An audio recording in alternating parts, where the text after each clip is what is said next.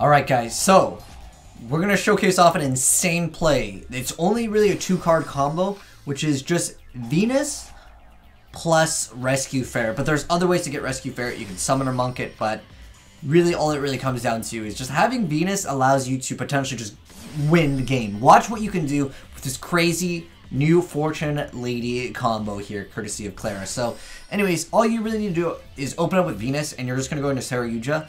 If you happen to have Rescue Ferret or Monk, just summon that. Those are the 2 cards that are required for this. The rest is just going to be all crazy stuff.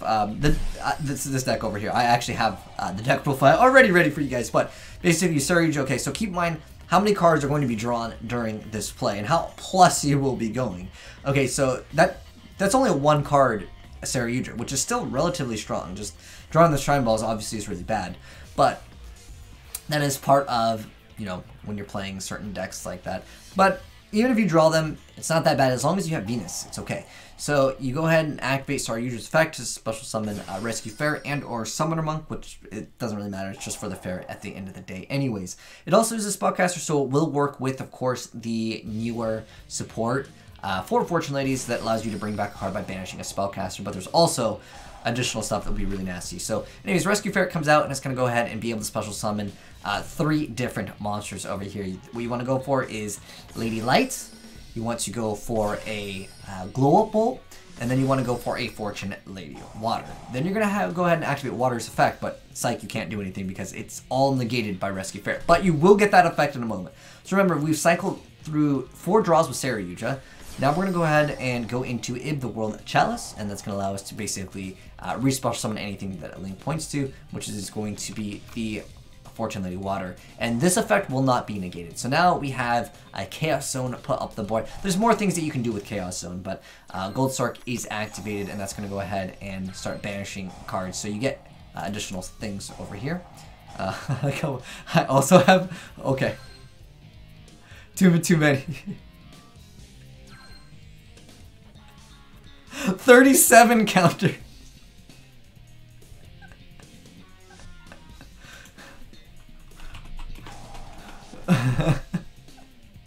$37 counters on it. Okay, but it doesn't really matter what you banish because you're gonna have that Fortune Lady to re-special summon off of the World Legacy Succession over here, and that's gonna give you 2 additional draws. Now, a lot of the Fortune Lady stuff will be like banish or return, and you just have a lot of draw power, unfortunately. So you're easily going to be able to get 2 effects because this will give you 1, and then you have your Fortunate Lady Water re-special summoned off of course, the card that you get for free off of Miko. So you have 4 additional draws after you've cycled through 4 cards, and then we're going to go ahead and see the Spellbook of Knowledge activated, and that's going to be able to put Lady Light into the grave and special summon a Lady Dark. If there's something to attack over, great. Now we also have a Polar Ursa over here. So a Polar Ursa is going to be able to negate 4 things because she has 800 attack times the number of materials used for its summon. So in this instance, we have now 4 negates. We also happen to, now we're going to be drawing 6 cards because, well, Reborn.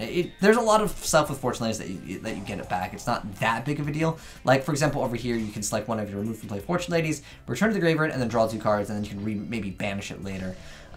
But we're going to go ahead and activate another one. Basically, you can activate as many of these as you want per turn. None of these are like hard ones per turns.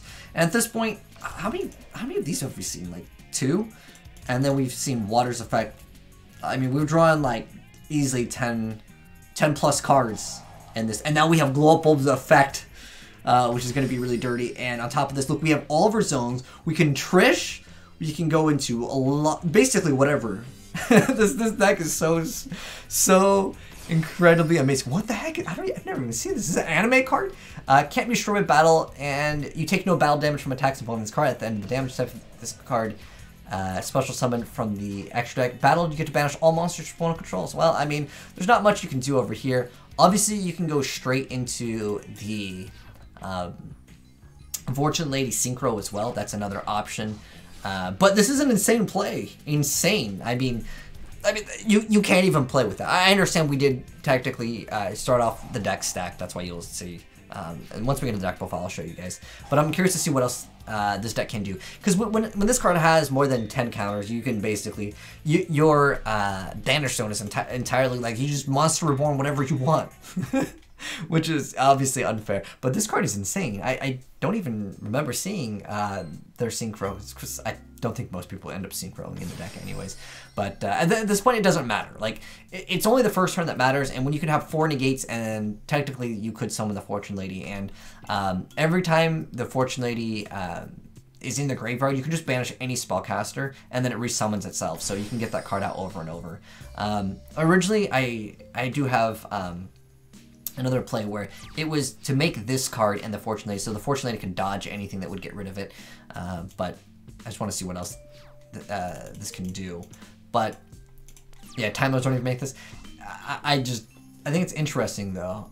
But just being able to banish all monsters your opponent controls, and then any battle damage your opponent takes is half. Then also once per turn during the end phase of this card activates its effect this turn, you get to special summon as many monsters that you banish by that effect as possible to your opponent's field. Okay. That's ridiculous. But it special summons to their field? I'm not sure what the point of that would be. Maybe just for style points. But like I said, she showed me this play before, and what it did was it ended up with this, with 4 negates, and then she had the Fortunate Lady... It's asking me if I want to activate effect. I think it glitched. Oh, connection lost. Okay, well. Anyways, onwards with the deck profile for this. I don't know. I think it's just YGOPRO had an error over there. So yeah, YGOPRO just crashed over there, but it's fine. I have the deck, and that's pretty much the extent of like what there is to show off. It's not like you really need to go that ham into it. So here's what the deck looks like. So the goal is really to set up with this. This is what you will end up with. You end up with Apollo Ursa. You have the Miss Kate Barber pointed in the direction that your Fortune Lady Every is able to be in. And then so at the start of the battle phase, you can target this card at 1 monster this points to, and then banish it until the end phase. You can only use this effect of it once per turn. So you can kind of dodge certain things. It's kind of nice just for funsies. But again, the idea of this deck is crazy. I mean, there's a win condition technically like decking them out because you have double Necroface and then Reincarnation. You saw that there's a lot of cycling going on here. But the most important and the core concept of the combo is, again, you get 4 negates, and then you have this, which banishes a monster. But you could go into Savage Dragon, which I think would probably be a better option, because obviously you have plenty of extra links anyways. This is what I would consider the ideal like ending, and you pretty much just win at this point. If you have 5 negates, and you draw 10 cards, and you can draw into like even 1 impermanence, I don't think you need the rest of these cards. But Chaos Zone is actually pretty cool too. I thought that was very interesting. Like there's Soul Release, there's other cards which, again, I just don't feel like are necessary for the combo, but the core concept is really just here to showcase it off. But anyways, let's go and hop right into the deck profiles. So first off, we got 3 copies of Shrine Ball. Oh, I also want to mention, if you can Lady Dark as well and destroy something, you're going to be able to summon Water again, and Water already drew you like 6 cards, I think. And then another, I think we saw 4 from this. I don't know. Like I said, it's like draw like 15, 20 cards in 1 turn. But then we have 2 copies of the Necro Face. Again, I feel like this is not really necessary for the combo. But next up we have the Summoner Monk. I would max out on Summoner Monk just to go ahead and try to get that consistency with the Rescue Ferret. And then in addition to that, 3 copies of Water, 3 copies of Venus. Then we have the Spectral Sword over here. So this card has the effect where it's in your graveyard.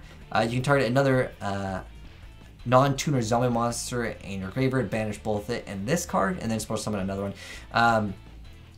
And then we have the Fire, which it's randomly okay sometimes. But it is another Fortune Lady target technically for Quintet Magician, which is something else that I'm just like, what the heck was this deck?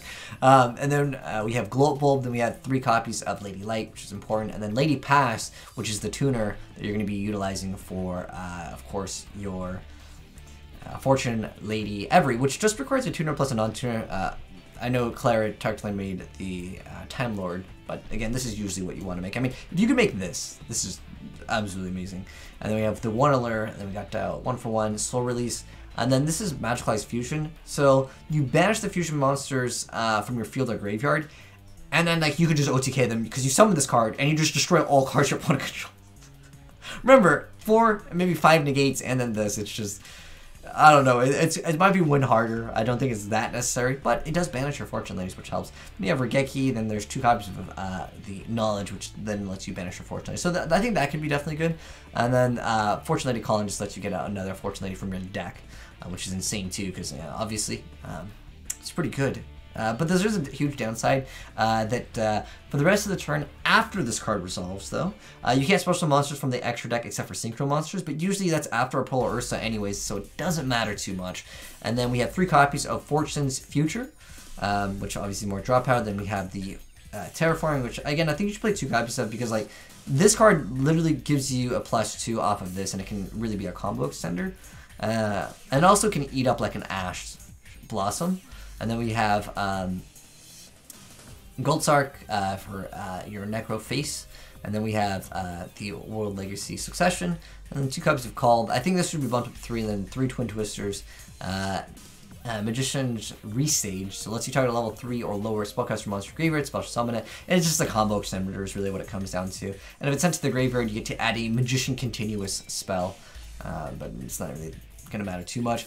But the Fortune Vision, just to add a Fortune Lady card from your deck to your hand. And then also has that effect once per turn. If a card you control is banished, you can activate this effect. Monsters you control cannot be destroyed by card effects, even if this card leaves the field. Then we have the Chaos Zone, Storming, and then like other just cards. We have Rewinds, and then we have 2 copies of Skull Lair. So you remove play any number of monsters in your graveyard to destroy 1 face-up monster whose level is equal to the number of cards removed from play. Alright, so there's a lot of stuff to cover here, and like I said, I really felt like this was a really cool deck. Honestly, like if I was to build this deck, but this is how she had it. Like I would probably fix up the extra deck. I might make an updated video for this because I think it's so unique. And like obviously with Dark you can just alert that, that's no problem. I would bump up the Summoner Monk count, like if you guys want some suggestions, and I would like to get your guys' suggestions too. If you guys would like to chime in on it. I feel like Twin Twisters, I mean maybe for the random mashups, right? I think the Impermanence can still be really good because you need to draw into something, like drawing into like, I mean, we're still at like 49 cards at this point. I definitely would want to. I think this is like a win harder card as well. Like these are, to me, it's kind of unnecessary. 1 for 1 is excellent, but I would probably, I mean, like, do you really need Regeki when you could go negate 5? It's insane. And then Goldsark, I guess you could Goldsark for a card, and then you can Fortune's Future. But that's still using 2 cards. I mean, still puts it in the grave, so maybe there's some ways to kind of not minus, but like even at 45 cards, this is very, very huge as far as the deck goes. I feel like fire might be unnecessary. Just try to base it off of water and a bunch of draw power. I probably would play through this as well. But anyways, I thought it was really cool and I wanted to share it with you guys. It's an insane, good Fortune Lady concept for a combo. And like I said, all you need is just this and either one of these. And then, I mean, technically both of these are searchable off of Sandgan. Not that anyone runs Sandgan in 2019, but it's a cool idea. And it opens up boards where it's just like, you automatically win. But anyways, hope you guys enjoyed that. And thanks, Claire, for showing me that. I thought it was really cool. But anyways, hope you guys enjoyed seeing this insane Fortune Lady combo deck. And then we're still in its early stages. Like, there's probably more things that we can extend the combos with. But anyways, thanks for watching, guys. Hope you enjoyed the vid. If you did, drop a like on it. And if you're new here, hit the subscribe button if you want to see more Yu-Gi-Oh! Combo videos. Oh, I didn't mess up the extra deck. Let me do that real quick. My bad. The most important thing, though, is double Saryuja, though. Double Saryuja, and then Miko, and I guess this, if you wanted to run the other card. And then also Trish. And then these are what's required, though. These are the important cards, I would say. Well, you have to have these for the combo anyways. But these are the important cards. I would probably recommend this as well. But I think there is room, again, for modification to make this even better. But anyways, peace.